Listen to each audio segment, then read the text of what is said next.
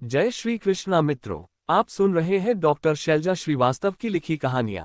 मित्रों, लाइक करना और चैनल को सब्सक्राइब करना न भूले। अब आगे बावरा मन भाग 34। सविता मंदिर में आकर बैठ गई। आंखों से आंसू निकलने लगे। हे भगवान, क्यों हर समय खुशियां देकर छीन लेते हो? सालों पहले भी आपने मुझसे मेरी खुशियां छीन ली थी। अब सालों बाद फिर से खुशियां जीवन में आई है तो फिर से तकलीफ देने लगे। अब कुछ भी हो जाए, बस मेरी बच्ची को कुछ नहीं होना चाहिए और ना ही मैं अभिमान को। अगर अभिमान को कुछ हुआ तो मेरी बच्ची तकलीफ में आ जाएगी और मेरी बच्ची को कुछ हुआ तो ये पूरा परिवार। भगवान कृपा करो, अगर इस बार मेरी बच्ची और अभिमान को कुछ भी हुआ तो मेरा तो आप पर से विश्वास ही उठ जाएगा। सविता ने दुखी होकर कहा। तभी तेजा की भाभी ने आकर उसके कंधे पर हाथ रखा। घबराओ मत सविता, तेजा और अर्जुन ने अब जाह्नवी के चलते एकदम सामान्य जिंदगी जीने का फैसला कर लिया है। उन्होंने लगभग अपने सभी आदमियों को भी अब काम से हटा दिया है, पर फिर भी आज भी वह इतनी ताकत रखते हैं कि ग्वालियर, आगरा, धौलपुर, मुरैना, इन एरिया में कोई भी उनके खिलाफ नहीं जा सकता और ना ही उनके परिवार के किसी सदस्य को नुकसान पहुंचा सकता है। तेजा की भाभी बोली तो सविता उनके गले लगाकर रोने लगी। बस भाभी, मेरी बच्ची को कुछ ना हो वरना मैं जी नहीं पाऊंगी, सविता ने कहा। हिना भी आकर उन्हें संभालने लगी और पानी पिलाकर उन्हें वहीं सोफे पर बैठा दिया और तेजा की भाभी सविता को समझाने लगी ताकि उनका टेंशन थोड़ा सा कम हो। उधर अंबिका के घर में भी अंबिका, वैभव, अमृता, दिया सब परेशान थे और सब बस मन ही मन भगवान से प्रार्थना कर रहे थे जानू और अभिमान की रक्षा के लिए। उधर रणविजय के अड्डे पर जानू की बेहोशी खत्म हुई तो उसने धीमे से आंखें खोलकर चारों तरफ देखा। चारों तरफ कई सारे गुंडे हथियार लिए खड़े हुए थे। तभी उसकी नजर अपने सामने कुर्सी पर बैठे रणविजय पर गई, जो कि अपनी भयंकर आंखों को और भी ज्यादा सिकोड़कर उसे देख रहा था। रणविजय को देखते ही जाह्नवी डर के मारे एकदम से कांप गई और अपनी कुछ जगह पर और भी ज्यादा सिकुड़ गई। तो आखिर में नींद खुल ही गई तुम्हारी। दूसरों की नींद उड़ाकर कितने चैन से सो रही थी तुम? रणविजय ने वहीं बैठे बैठे कहा तो जाह्नवी ने डरते हुए उसकी तरफ देखा। कितना सुकून मिल रहा है मुझे आज जाह्नवी, तुम्हें बता नहीं सकता। सालों बाद फिर से तुम्हें उसी तरीके से डरते और घबराते हुए देखकर चैन मिल गया। रणविजय ने उसे घूरते हुए कहा। क्यों लाए हो हमें यहाँ? जाने दो हमें प्लीज, जानू बोली। अगर जाने देना होता तो फिर लाता ही क्यों? हमेशा से ख्वाहिश थी तुम्हें अपनी कैद में रखने की और देखो आज मैंने अपनी ख्वाहिश पूरी कर ली। बस अब तुम्हें यहाँ से लेकर निकल जाऊंगा और तुम हमेशा के लिए मेरी कैद में रहोगी। रणविजय ने कहा। देखो प्लीज हमें जाने दो, हम पुरानी सारी बातों को भूलकर आगे बढ़ रहे हैं। हमारी शादी हो चुकी है, अब हमारे बारे में तुम्हें नहीं सोचना चाहिए, जाह्नवी ने हिम्मत करके कहा। नहीं मानता मैं इस शादी को, नहीं मानता किसी रिश्ते को। तुम्हारी शादी सिर्फ मेरे साथ होनी थी। बचपन से एक ही ख्वाब देखा था, तुमसे शादी करके तुम्हें अपने कमरे की शोभा बनाना और तुम्हें यूं ही डरते हुए जिंदगी भर देखना। रणविजय ने खड़े होते हुए कहा तो जानू डर कर और भी ज्यादा सिकुड़ गई। तुम गलत कर रहे हो रणविजय, ये सब गलत है। हम शादीशुदा हैं और हमें अब तुमसे कोई लेना देना नहीं है। प्लीज हमें जाने दो और तुम भी यहाँ से चले जाओ। तुम नहीं जानते तुमने हमें यहाँ लाकर कितनी बड़ भूल कर दी। कैसी भूल? लगता है बेहोशी के कारण तुम्हारा दिमाग खराब हो गया है। रणविजय हंसते हुए बोला। हमारा दिमाग खराब नहीं हुआ है, दिमाग खराब तुम्हारा हो गया है जो तुम हमें यहाँ पर ले आए। तुम पहले हमें परेशान करते थे क्योंकि करण दादा को हम बता नहीं सकते थे और पापा को कोई मतलब नहीं था, पर अब तुमने हमें यहाँ लाकर बहुत बड़ी गलती कर दी क्योंकि हमें चाहने वाले अब तुम्हारी जान ले लेंगे। जाह्नवी बोली। और कौन है भला तुम्हें चाहने वाला, मैं भी तो देखूं। वह तुम्हारा सो कॉल्ड हस्बैंड अभिमान बाजपेयी, जिसके साथ आजकल तुम रह भी नहीं रही हो, उससे अलग रह रही हो। खत्म हो गया तुम्हारा रिश्ता, इसलिए तो कह रहा हूं जो रिश्ता खत्म हो गया है उसे छोड़ो और चलो मेरे साथ। रणविजय बोला। नहीं, कभी नहीं, हम तुम्हारे साथ कभी नहीं जाएंगे। भले जान दे देंगे और हाँ, हमारा उनके साथ रिश्ता खत्म नहीं हुआ है। हमारा रिश्ता अभी भी वैसे के वैसा ही है। हाँ, थोड़े मनमुटाव, थोड़ी दूरियां आई थी पर वह धीरे धीरे खत्म हो जाएंगे। और रही बात हमारे लिए कौन आएगा, तो अभी तुमने जाना नहीं है। हमारे पापा तेजस वर्मा हमारे लिए किसी की भी जान ले सकते हैं, किसी भी हद तक जा सकते हैं। हमारे भाई अर्जुन, उनकी ताकत तो तुम और तुम्हारा बाप दोनों ही जानते हो, और हमारे पति अभिमान वाजपेयी, वह भी हमारे लिए किसी भी हद तक जा सकते हैं, जानते हैं हम। जानू ने कहा तो रणविजय गुस्से से उसके पास आया और उसके चेहरे को अपनी हथेली से मसल दिया। खबरदार जो उन लोगों का नाम मेरे सामने लिया, कोई नहीं आ पाएगा यहाँ।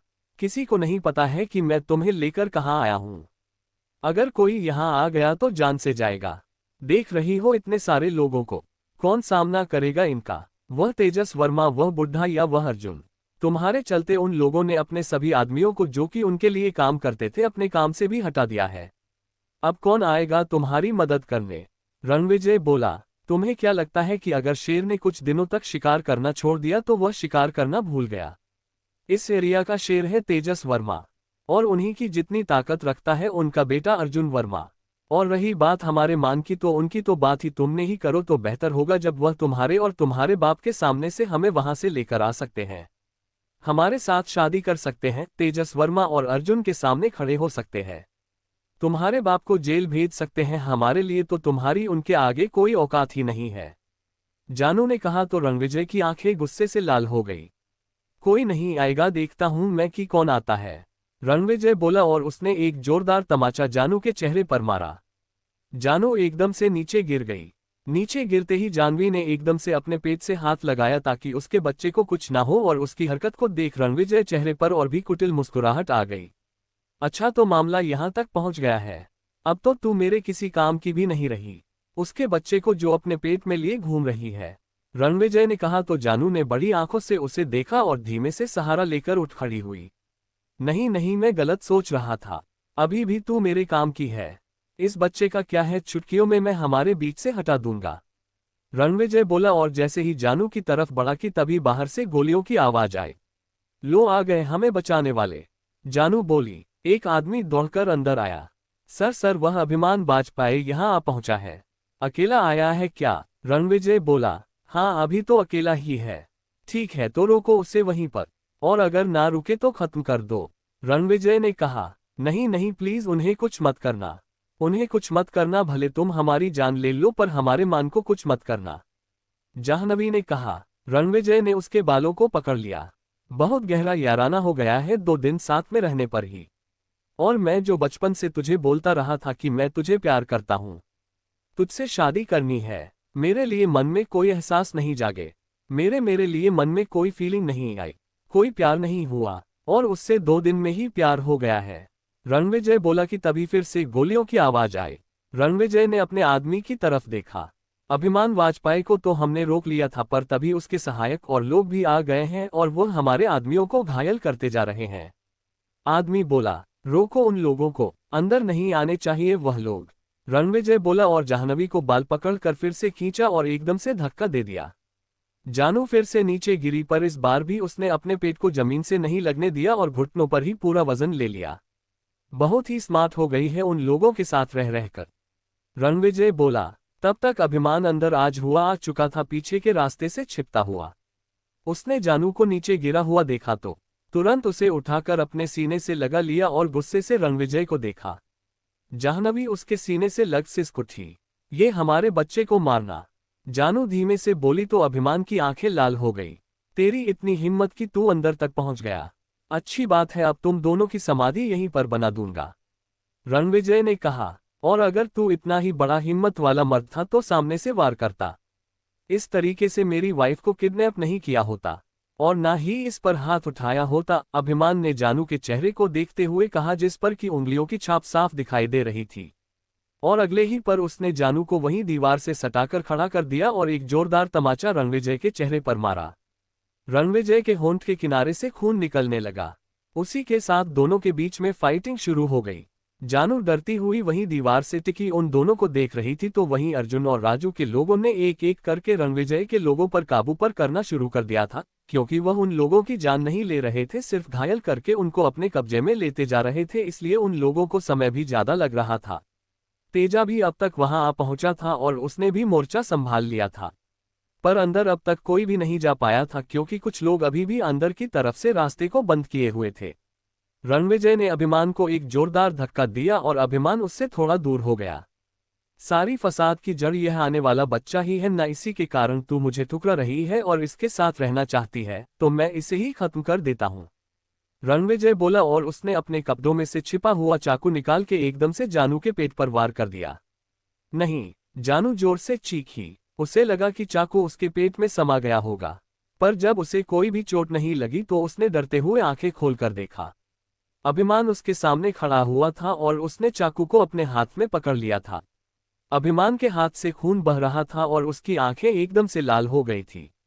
अगले ही पल अभिमान ने एक जोरदार लात रणविजय को मारी और चाकू फेंक जानू को देखा। मान खून, जानू घबरा के बोली और तुरंत अपना दुपट्टा लेकर उसका हाथ बांध दिया। अब तक तेजा और अर्जुन भी अंदर आ गए थे और उन लोगों ने मार मार के रणविजय को अधमरा कर दिया और फिर उसे छोड़कर जानू और अभिमान की तरफ बढ़ चले। ठीक हो तुम लोग, अर्जुन ने कहा तो वही जानू के सिर पर तेजा ने हाथ रखा। ठीक है मेरी बच्ची, तेजा बोला। जी पापा, जानू ने धीरे से बोली। इसे मैं जिंदा नहीं छोड़ूंगा। इसकी हिम्मत कैसे हुई मेरी जानू पर हाथ उठाने की? अभिमान गुस्से से बोला। जाने दो, वैसे भी अधमरा कर दिया है हमने उसे। बाकी करण से बात हो चुकी है। करण और रिद्धिमा भी यहाँ शाम तक पहुंच जाएंगे और पुलिस उन्होंने भेज दी है। कुछ ही मिनट्स में यहाँ आते होंगे। इसे भी इसके बाप के पास जेल में पहुंचा देंगे।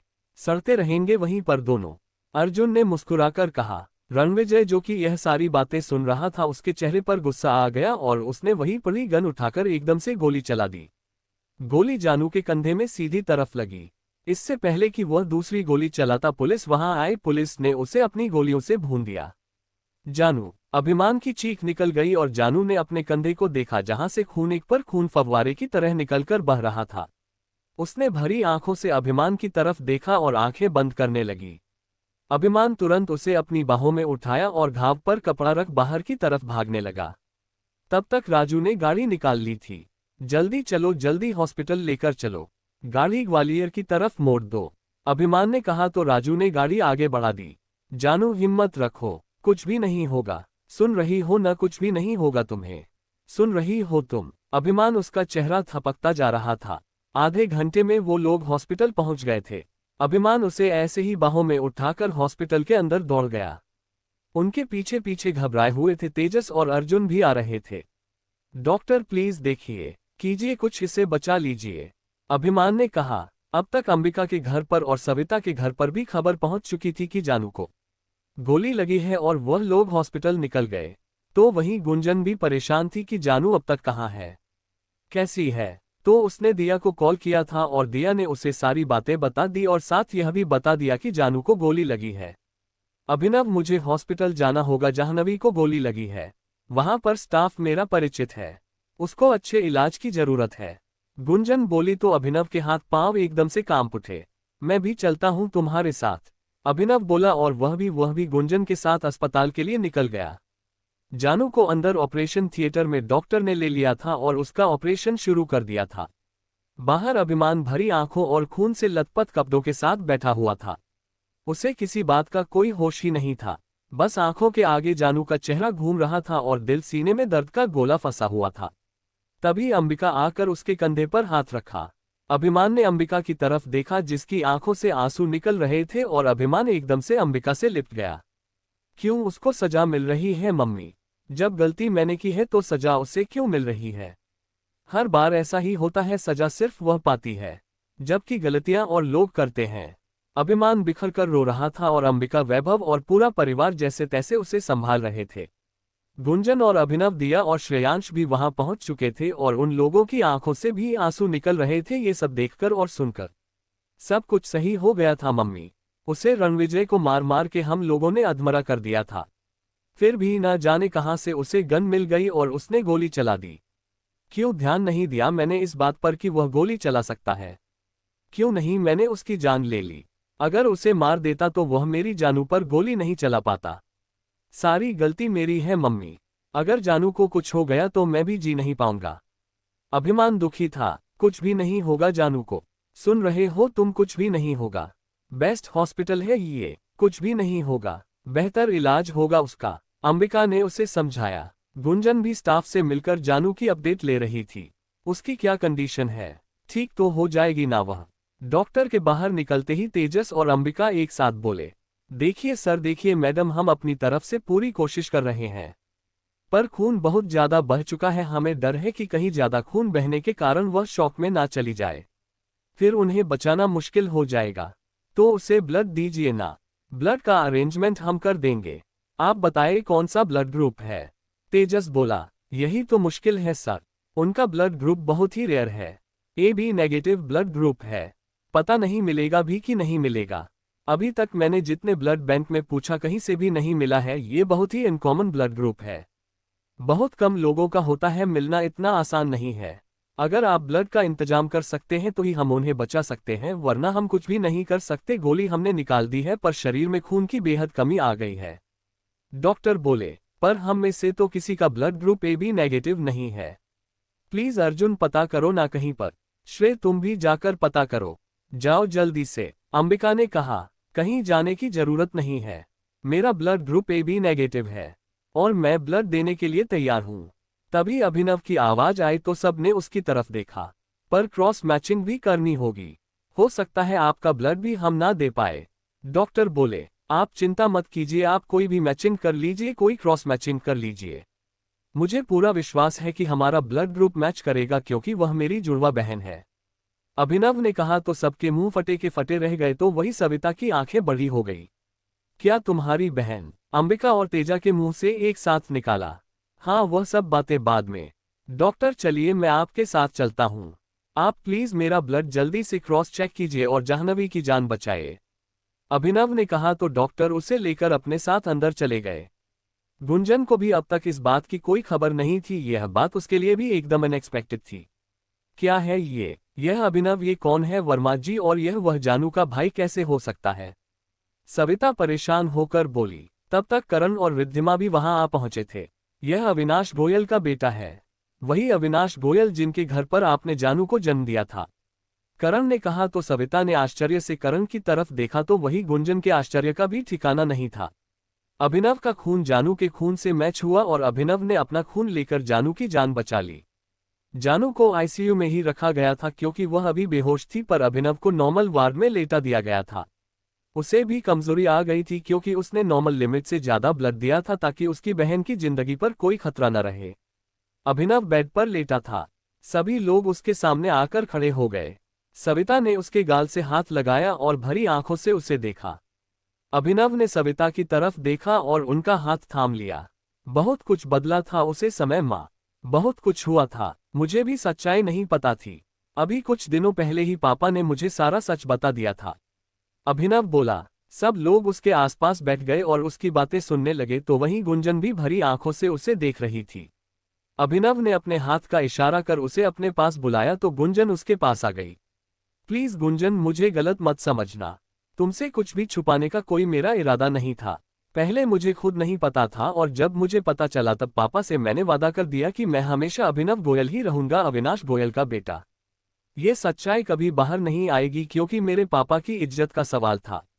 लोग उन्हें झूठा कहते हैं, इसलिए मैंने उनसे कहा था कि जब तक किसी की जिंदगी और मौत का सवाल नहीं होगा तब तक ये सच मेरे मुंह से बाहर नहीं आएगा। और यह सच कभी मेरे मुंह से बाहर भी नहीं आता अगर आज जाह्नवी की ऐसी हालत न होती। अभिनव बोला, डोंट वरी, मैं हर हाल में तुम्हारे साथ हूं। गुंजन ने कहा। सविता, तेजा, उनका परिवार और अंबिका का परिवार बस अभिनव की तरफ देख रहा था। अभिमान यहाँ पर नहीं था, वह जानू पास ही ICU में बैठा हुआ था, उसका हाथ थामे। उसे इस वक्त जानू की जिंदगी से ज्यादा और किसी बात की कोई परवाह नहीं थी। प्लीज जानू, ठीक हो जाओ जल्दी से, बहुत दिल घबरा रहा है तुम्हें इस तरीके से देखकर। नहीं देख सकता मैं तुम्हें इस तरीके से। उस दिन जब तुम जॉइंटिस के कारण अस्पताल में भर्ती हुई थी तभी मेरी जान निकल गई थी, और अभी तो गोली लगी तुम्हें।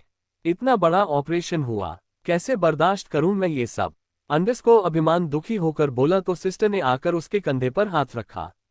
घबराए नहीं सर, वह खतरे से बाहर है, पूरी तरीके से ठीक है, होश भी आ जाएगा 2-3 घंटे में, सिस्टर ने कहा। और हमारा बच्चा? अभिमान के मुंह से निकला। वह भी सुरक्षित है, किसी भी तरह की कोई परेशानी नहीं है।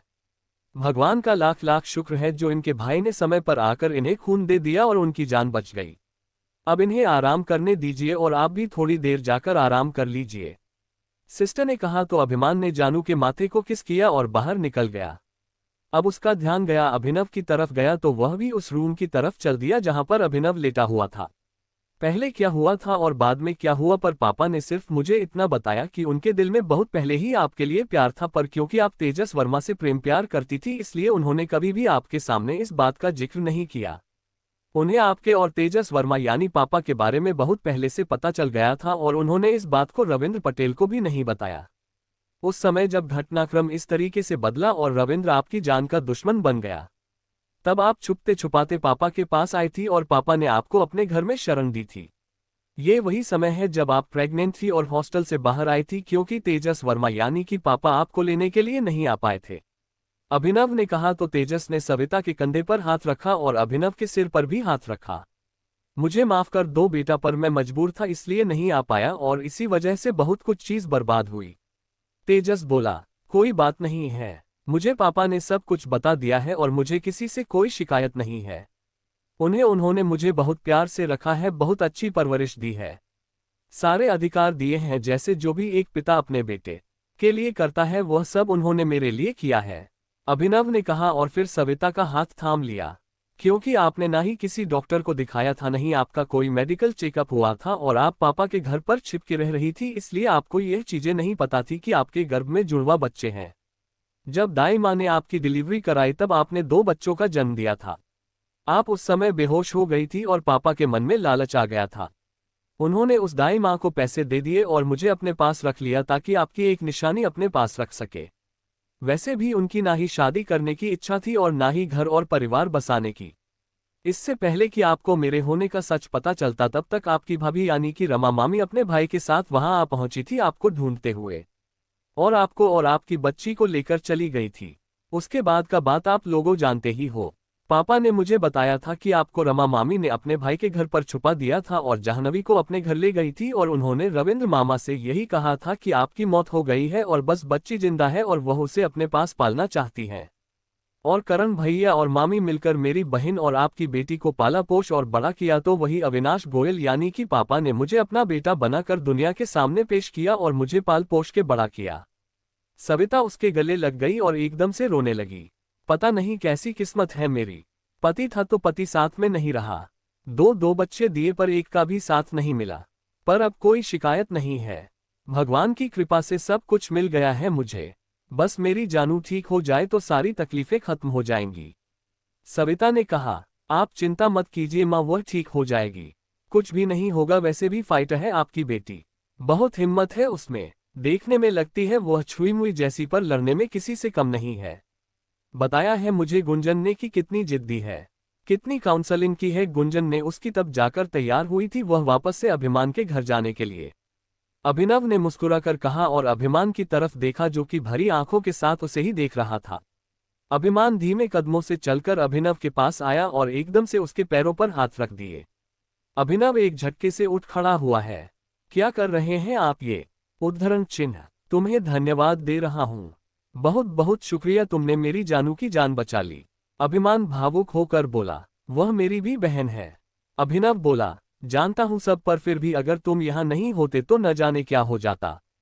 थैंक यू सो मच, तुम आए, अस्पताल आए और तुमने बिना किसी बात की परवाह किए हुए मेरी जानू की जान बचाई। अभियान बोला, कहा ना मेरी भी बहन है। हाँ ये सच है कि मैं सच्चाई किसी को नहीं बताता क्योंकि पापा को वादा किया था, पर अपनी आंखों के सामने अपनी बहन को मरते हुए भी तो नहीं देख सकता। जिंदगी में पहली बार अपने परिवार को देखा है, जाना था और जानू उसको तो एक बार देखकर ही अंदर से अलग ही फीलिंग आई थी। शायद इसलिए क्योंकि हम जुड़वा हैं, एक अलग ही जुड़ाव महसूस हुआ था मुझे उसे देखने के बाद। अभिनव बोला, फिर भी thank you Abhinav, thank you so much, तुम मेरे और मेरे परिवार के लिए भगवान का रूप बनकर आए हो। तुम अभी तक कभी हमसे मिले नहीं थे, पहली बार तुम ग्वालियर आए और आते ही तुमने मेरी जानू को जिंदगी दे दी। तुम्हारा यह उपकार मैं जिंदगी भर नहीं भूलूंगा। अभिमान ने उसका हाथ थाम कर कहा, वैसे अब जाह्नवी कैसी है? जब सबको बता चुका हूं तो बड़ा ही दिल कर रहा है कि उसे भी बताऊं कि मैं उसका जुड़वा भाई हूं। देखता हूं उसका रिएक्शन कैसा है। वैसे अच्छा खासा नाराज भी हो सकती है क्योंकि पिछले कुछ दिनों में इतना कुछ अनएक्सपेक्टेड उसके साथ हुआ है कि अब इस खुशी को भी कहीं वह नाराजगी में ही ना ले ले। अभिनव ने हंसते हुए कहा तो बाकी सब लोग भी मुस्कुरा उठे। वैसे आपको बहुत चाहती है वह, बताया गुंजन ने मुझे, और कोई लड़की होती तो शायद अब तक चली गई होती हमेशा के लिए आपको छोड़कर, पर वह इसी कसमकस में उलझी थी पिछले 2 महीने से कि आपको छोड़े या ना छोड़े, और फाइनली आपके प्यार की जीत हुई और उसकी जिद हार गई। अभिनव बोला, अभिनव हम लोग बहुत खुश हैं इस बात को जानकर कि बुआ के तुम बेटे हो। आज बुआ का परिवार पूरा हो गया। कहना चाहिए बुआ के और मेरी मम्मी की तपस्या पूरी हो गई। बहुत मेहनत की मम्मी ने बुआ को छुपा कर रखने में और बहुत तपस्या की है बुआ ने अपने परिवार को पाने के लिए। पर कहते हैं ना अंत भला तो सब भला। आज बुआ के गुनहगार सलाखों के पीछे है और उनका पूरा परिवार एक हो गया। सही कहती है जिया, भगवान के घर देर है अंधेर नहीं। करण बोला, हाँ, और जब से मुझे सच्चाई पता चली है तब से दिल बेचैन था। हालांकि मैंने पापा से वादा किया था कि जब तक कोई इमरजेंसी नहीं आएगी मैं किसी से अपने बारे में नहीं बताऊंगा। पर फिर भी आप लोगों को देखने का, आप लोगों से मिलने का बड़ा ही दिल कर रहा था। मैं देखना चाहता था अपनी बहन को। मैं देखना चाहता था आपको जिसने हमेशा एक पिता की तरह मेरी बहन की रक्षा की। मैं मिलना चाहता था मम्मी से। मैं रमा मामी मिलना चाहता था। मैं देखना चाहता था अपने भाई अर्जुन को और अपनी बहन दिया को। पर मजबूर था, किसी के सामने नहीं आ सकता था। पर फिर भी जब मुझसे रहा नहीं गया तो मैं गुंजन के साथ यहाँ आने को तैयार हो गया। मैं आप लोगों को सच नहीं बताता पर सबसे मिलने जरूर आता। सबको देखकर अपने दिल में कुछ यादें लेकर वापस लखनऊ चला जाता। अभिनव बोला, अपने मन में इतना मत सोचो अभिनव। शायद भगवान की यही इच्छा थी कि तुम्हारा सच भी हम लोगों के सामने आए और सविता को उनका पूरा परिवार मिले। इसीलिए ऐसी स्थिति बनी कि तुम्हें मजबूर होकर सारा सच बताना पड़ा। और इस बात की मुझे बड़ी ही खुशी है कि आज सविता और तेजा का पूरा परिवार साथ है। अर्जुन और दिया तो हमेशा ही तेजा के बच्चे रहे हैं, पर आज सविता, जानू और तुम्हारे रूप में तेजा को भी उसकी अच्छाइयों का फल मिल गया। अंबिका बोली, तो सबने उनकी तरफ देखा और इस बात से सबसे ज्यादा तसल्ली मुझे है, क्योंकि कहीं ना कहीं मुझे लगता था कि मेरे कारण तेजा का परिवार बिखर गया और तेजा जिंदगी में आगे नहीं बढ़ पाया। पर अब तेजा के सुखी परिवार को देखती हूँ तो मन को बड़ी ही तसल्ली होती है। अंबिका बोली, कैसी है मेरी जानू? तभी दरवाजे से बेचैन परेशान सी रमा की आवाज आई तो सब ने उधर देखा। रमा जिया वीरेंद्र के साथ ग्वालियर पहुंच गए थे क्योंकि उन्हें जानू को गोली लगने की खबर मिल गई थी। करण बेटा कैसी है अब जानू? खतरे से बाहर तो है ना वह? रमा बेचैनी से बोली, मम्मी आप बिल्कुल भी फिक्र मत कीजिए, बिल्कुल ठीक है जानू, खतरे से बाहर भी। करण ने कहा, अभिनव कहाँ है? कैसा है? मुझे देखना है उसे। रमा बोली, क्योंकि करण ने उसे अभिनव के बारे में बता दिया था। करण ने बेड पर लेटे अभिनव की तरफ इशारा किया तो रमा भरी ने आंखों से उसे देखा और उसकी तरफ आ गई। उसके सिर पर हाथ रखा। है भगवान, आपका लाख लाख शुक्र है, जब देते हैं तो चारों तरफ से देते हैं आप। और आज मुझे भोलेनाथ से कोई शिकायत नहीं रही। हमेशा मन में यही था कि क्यों भगवान ने सविता के साथ ऐसा किया, पर आज जब सब कुछ सही हो गया है तो मुझे किसी से कोई शिकायत नहीं रह गई। अब तो मैं चाहती हूँ कि करण की बाबूजी को भी भगवान शांति दे, क्यों और वो भी सुधर गए हैं। मुझे भी ये बात पता नहीं था। सविता उस दिन तालाब में गिरी और जब तक मैं और भैया उस तक पहुंचे वो जल्दी से वहां से भाग गई। मुझे ये तो पता था कि सविता जिंदा है, पर वो कहाँ है नहीं पता था। भैया ने लगातार ढूंढा, तब पता चला कि वो अविनाश के घर पर है और जब हम लोग पहुंचे तब तक डिलीवरी हो चुकी थी और अविनाश ने सविता के साथ सिर्फ जानू हमको दी, अभिनव के बारे में नहीं बताया। रमा ने कहा, हाँ उन्होंने मुझे अपने पास रख लिया था, पर उन्हें सब कुछ पता था और सबकी खबर थी। अभिनव बोला तो रमा ने उसके सिर पर हाथ रखा और फिर वहीं बैठकर सबसे बातचीत करने लगी, क्योंकि जानू को अब तक होश नहीं आया था। जानू कैसी है अभिमान बेटा? रमा ने अभिमान की तरफ देखकर कहा, जो कि अभी फिर से जानू को आईसीयू में देखकर आया था। ठीक है मामी, अभी बेहोश है, देखो 1-2 घंटे में होश आ जाएगा, फिर आप मिल लीजिएगा। अभिमान ने कहा, तुम चिंता मत करो, मैं आ गई हूं ना, मैं उससे समझा दूंगी और मैं जानती हूं कि अब वो कोई भी गलती नहीं करेगी। जब सब कुछ सही हो गया है तो वह भी अपने मन में कुछ नहीं रखेंगी और अगर उसके मन में कुछ होगा तो मैं उसके मन से निकाल दूंगी, वादा करती हूँ। माँ बनकर पाला है उससे, सबसे ज्यादा चाहती हूँ और वो भी मेरा कहा नहीं टालती। रमा बोली, जी मामी। अभिमान बोला और फिर सब लोग जानू के होश में आने का इंतजार करने लगे। क्रमशः डॉक्टर शैलजा श्रीवास्तव,